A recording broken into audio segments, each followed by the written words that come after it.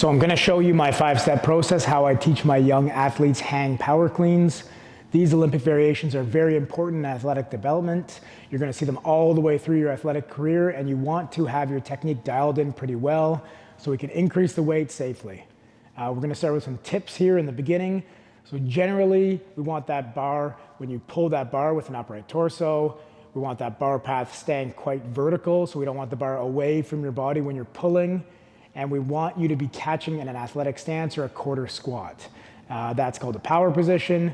We can teach full cleans later, but this is how usually I like to teach young athletes when they first begin. We're gonna do something called a hook grip. So a hook grip is when you're gripping the bar, you're going to internally rotate your hand, wrap your thumb over the bar first, and then wrap your fingers over the bar. What that's gonna do, it's gonna aid in your grip strength, so it's easier to hold onto the bar as the weight gets heavier. Also, it's going to inhibit some of your wrist and forearm flexors and extensors, so when you catch the bar, it's easier to catch. So to start off, we're going to approach the bar. We're going to have your feet just outside of your hip width, knees externally rotated slightly. We're going to have your grip width just outside of your shoulder width, and we're going to be taking that hook grip. So we're going to approach the bar, take your grip, stand up. All of the first progression is we're slight knee bend, we're unlocking your ankles, and we're just getting your chest over the bar to your hang position.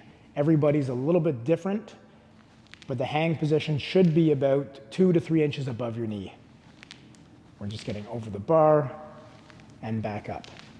Progression number 2 is we're doing the same things from progression number 1, and we're adding a shrug at the top of the movement.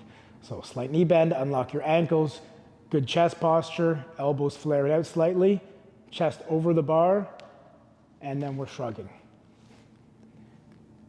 Chest over the bar, and shrug.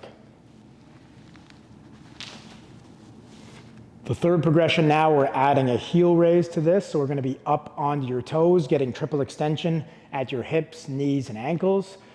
Following the same progressions, chest over the bar, shrug, and we're pulling and pausing on your toe. Slight knee bend, externally rotate elbows, chest over, shrug, and pause. Good. The fourth progression now, we're adding a high pull.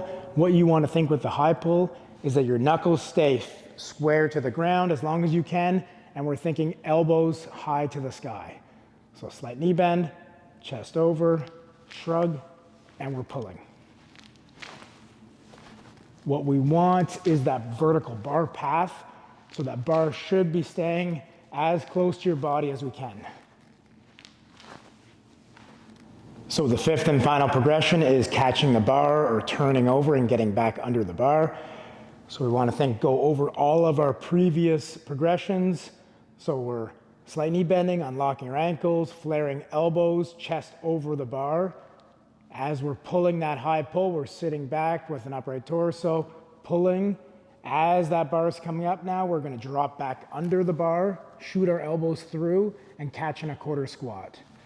So it should look like this.